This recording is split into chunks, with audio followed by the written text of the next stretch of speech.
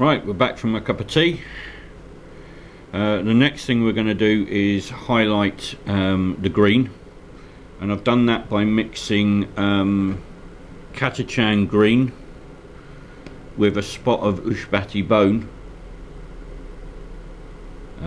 Mixed it up, added water again, thinned it down, and now with a very tiny bit of that on my brush, just going to go in and the very edges, not too much of this, but the very edges, extreme highlights. We're going to look at just doing those little tiny bits that are going to stand out,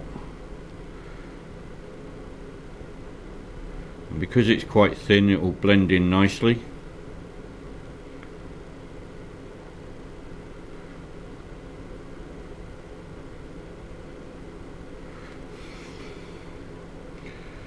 Give us 3 colours of depth to this figure, and it is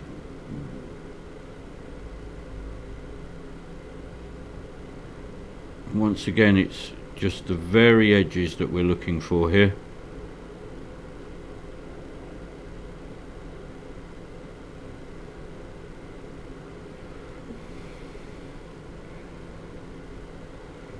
And when we got the very edges done, you'll see this figure will then start to really pop out at you. This cloak will come to life.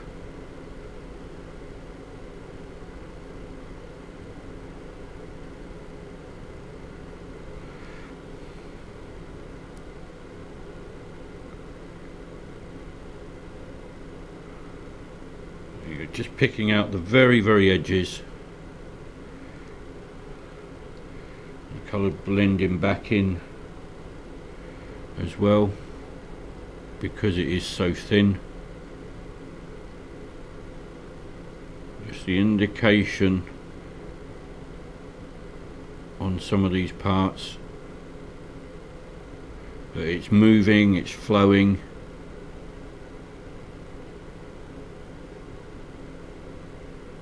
And that's all we really need to do to this part,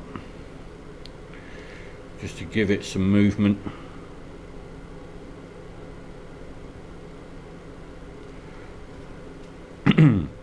And that's that bit done. We're now going to highlight the Mecrite red, and I'm going to use blood red to highlight that, and we want to use this quite sparingly. We still want that the undergarments to look quite dark, so this is just on the very edges of the red material. Very edges, right at the bottom here where the cloaks open the majority of the part. Maybe a little tiny bit there, just under the arm, and at the very top of these folds.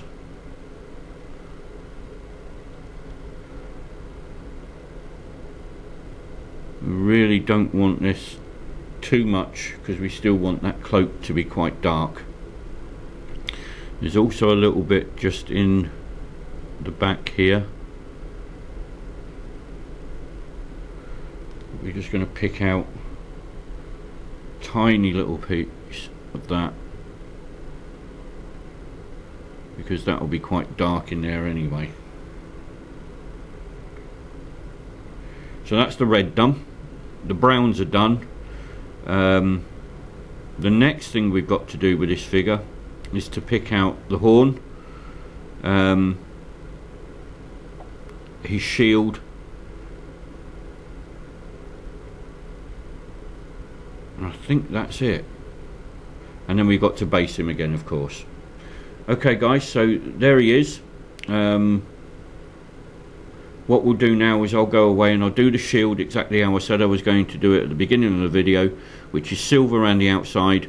We'll do green in the middle, and silver and maybe a gold knobbly bit in the middle there, and we'll do his horn.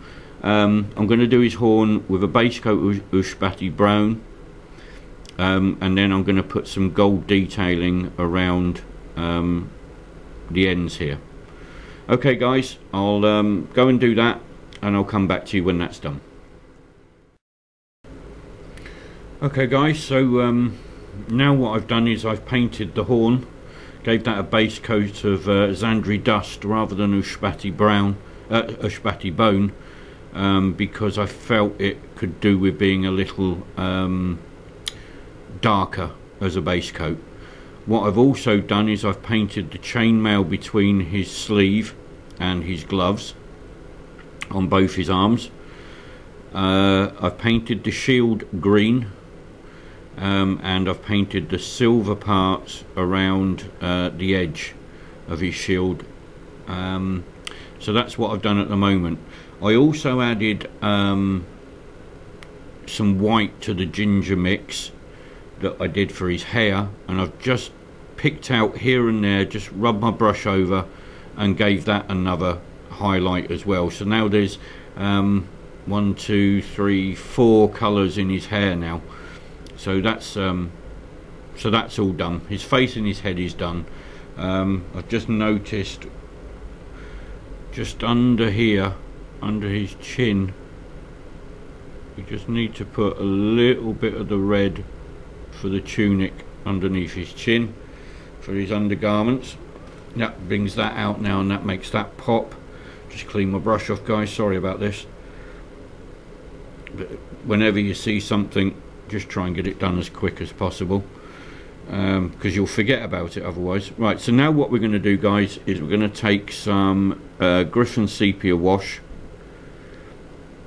I'm getting to the end of this bottle now, so I'm going to end up having to make my own Griffin sepia wash up as well.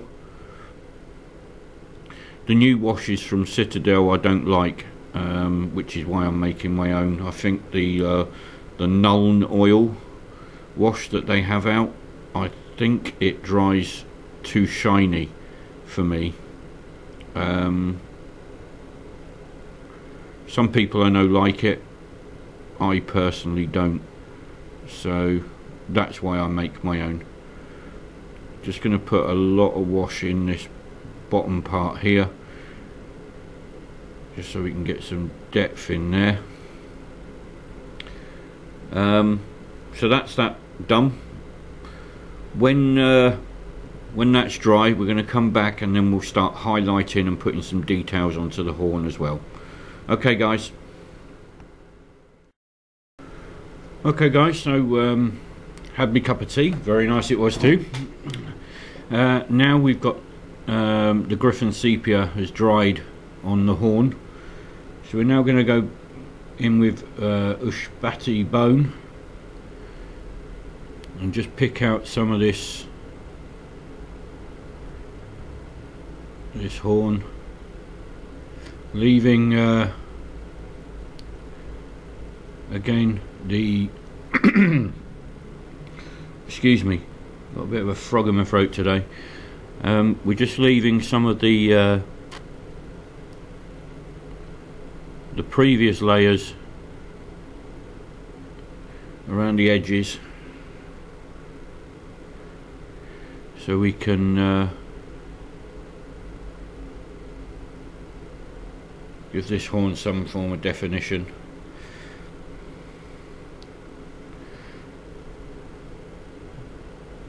As you can see, every part of this miniature we're painting today is the same as the Gandalf figure. It's all base coats, highlights and shading,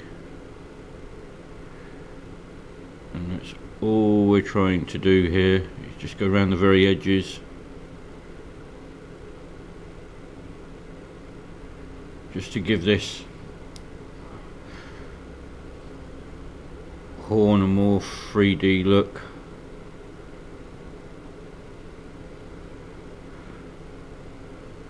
I hope you're catching this on camera. I'd hate to go back and have to do it all again.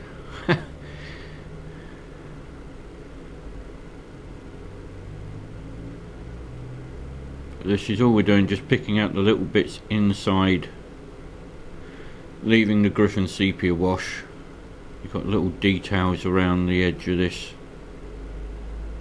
horn, which I'm going to pick out in gold. But we're just leaving the Griffin sepia wash over the Zandri dust.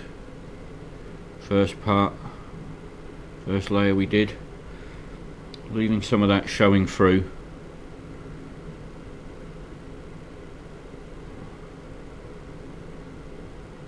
And just put little dots of indication in there to show that it's see-through. And there's some little holes and that in this intricate part to this figure.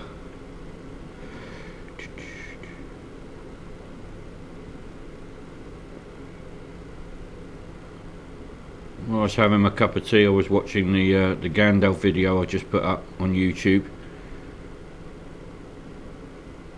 I tend to repeat myself a lot, and I'm going to try to stop doing that.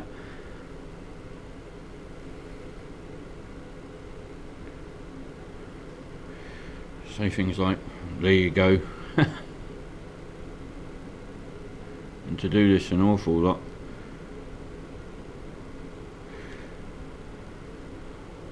come up with some more phrases. I have to increase my vocabulary, as I say.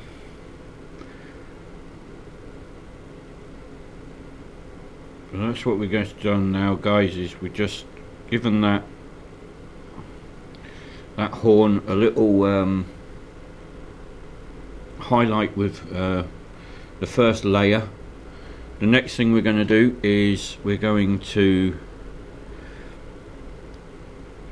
just around the very top, we're going to put some screaming skull.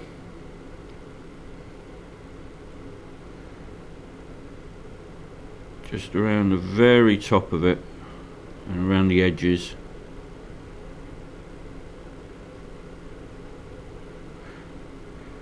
Just to give that a little bit of highlight. To blend it in even more. Just leaving the last layers behind.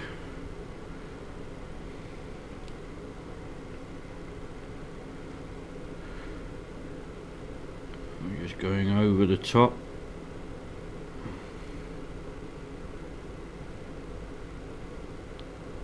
Very edge. The screaming skull. Sorry guys, you can't see that, but just using the very edge of my brush.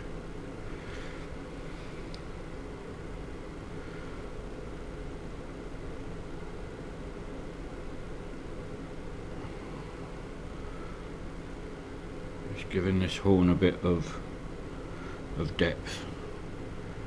Go right the way around the edge on the top here.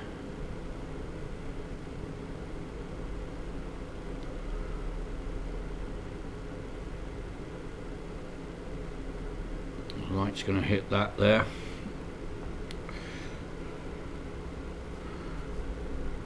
So that's that done, and now just pure white. Actually, I think that might be a bit stark, so I'm just going to mix some white in with the screaming skull, and just little tiny indications of this. Don't want too much of this.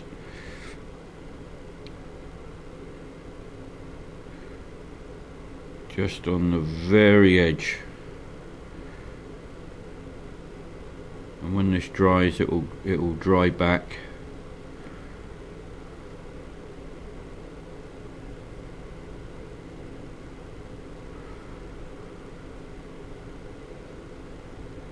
blending into the previous colours that we put in there.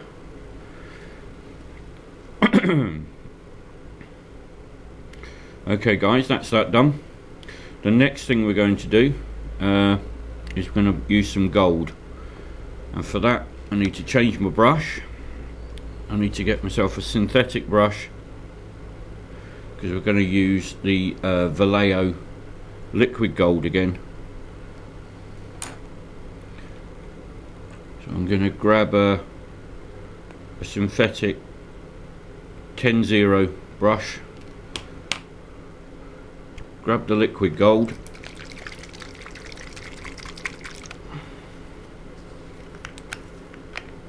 and remember this stuff we need to mix with alcohol, because it's an alcohol based paint. We just want a little bit of this on there on the palette. We're not going to use too much. A little spot of alcohol I can grab from that and mix into the paint so it flows. I really like this this Vallejo paint.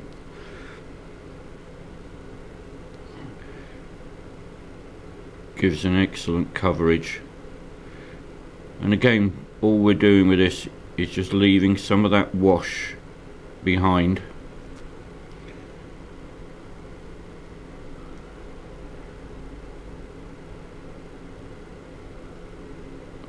And just picking out the very highlights, the very high points.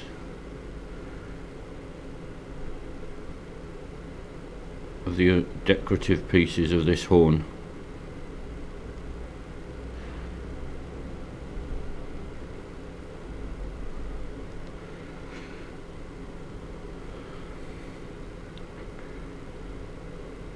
Just have a steady hand. Use your hand to steady the one you're painting with. A bit more alcohol mixed in with this.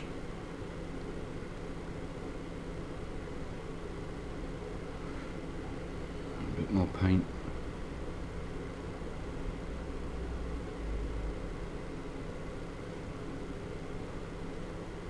Just taking the previous paint off.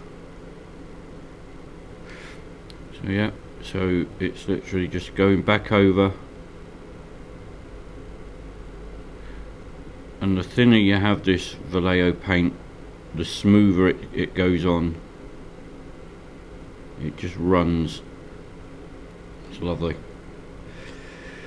So that's that part done. What else are we going to do in here? The other parts I thought we'd have gold would be the mouthpiece of the horn. Going to go over and do that.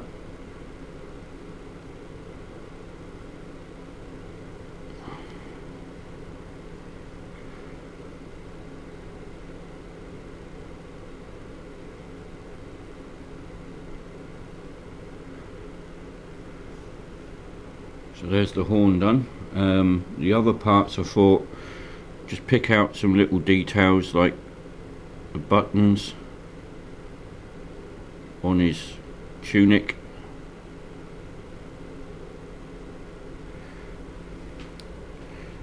And I thought we'd pick it also out the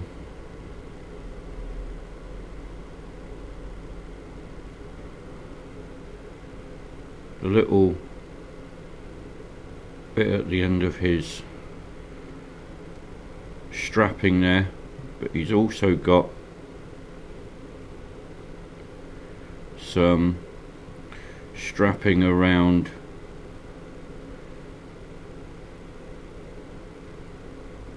the shaft on his sheath of his sword. So we'll grab some more paint, make that flow a bit better, some more alcohol.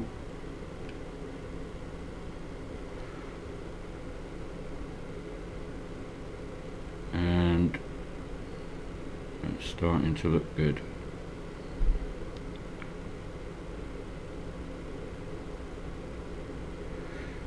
Just on the edge, very edges of this.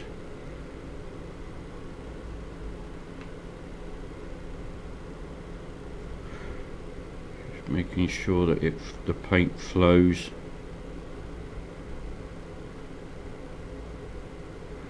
Don't use your good brushes for this Vallejo liquid gold.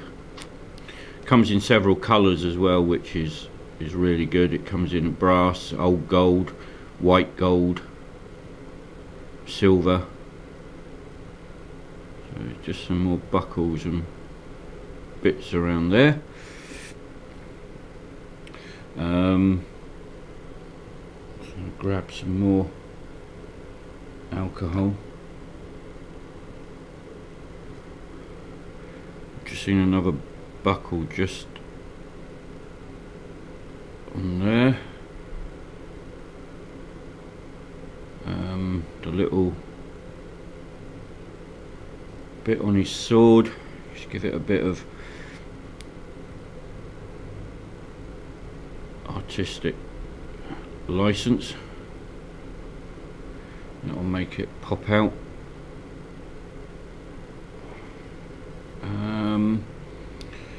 And the other thing we got to do is this centerpiece.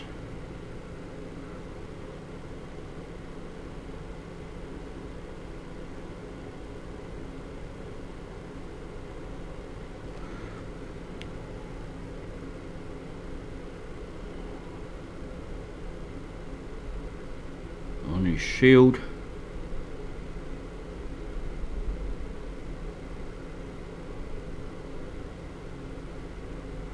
Leaving a little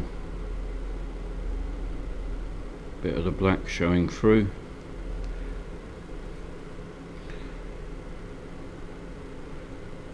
And that, guys, is him done. That's all the details done on him. The only thing we have to do on him now is the base. Hope you can see him there.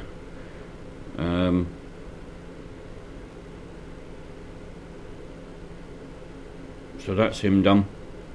What I'll do now is I'll base him up and paint him exactly the same way as we did with Gandalf, and I'll show you that when he's finished. Okay guys, so we've got the figure based now. Now all we're going to do is charred and granite, exactly the same as the other bases,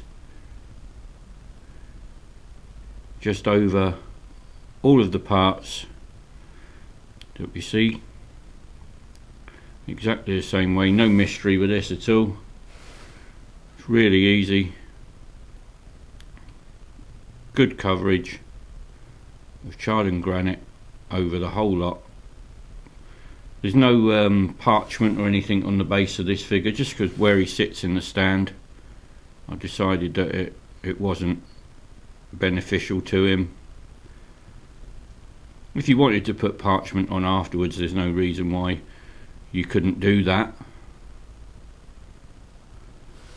But we're just going to go round with the charred and granite, giving it good coverage, making sure we get into all those little recesses of the sand and the little pebbles that are on the base. I think the pebbles add to the base anyway.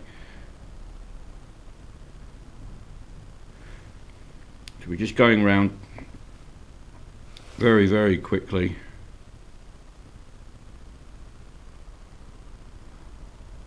I think I said in the last Gandalf video about not painting your base too quick once you put the sand on, because you're going to end up just moving the sand and dragging the sand off, and you'll have to do it all again. So make sure it's fully dry before you go in and attempt to paint it with the colour of your choice.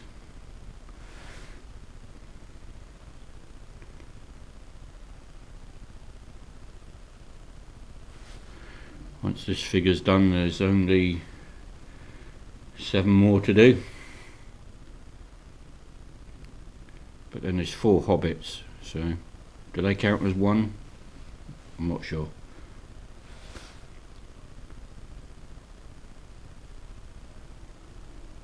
So just going over the last few bits now. Just get some more paint, a little bit of water, thin it down a little touch.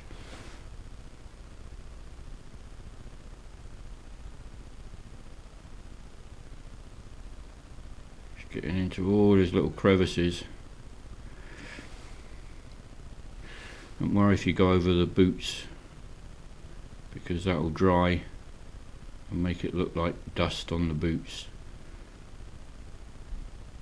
A little bit of instant weathering there for you.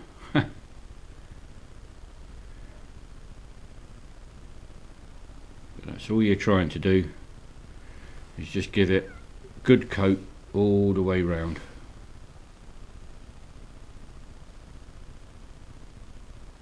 Try and get under the cloak without actually going onto the cloak. And round by the sword.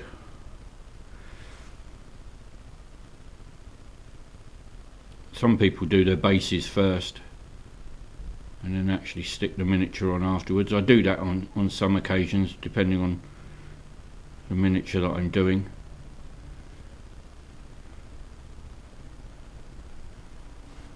So there you go guys, that's that done.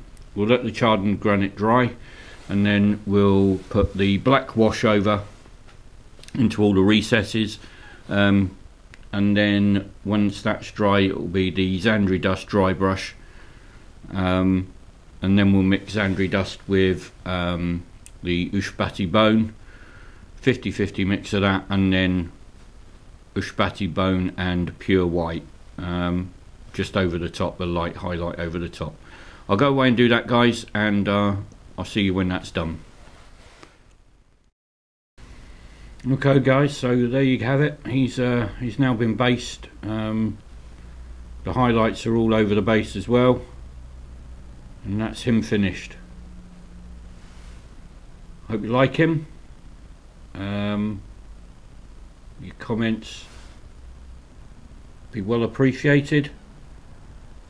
All at least now is to put him on his position on the base along with Gandalf. And there you have it guys, that's the first two characters done in this Lord of the Rings project. The next one we're going to do will be Gimli. So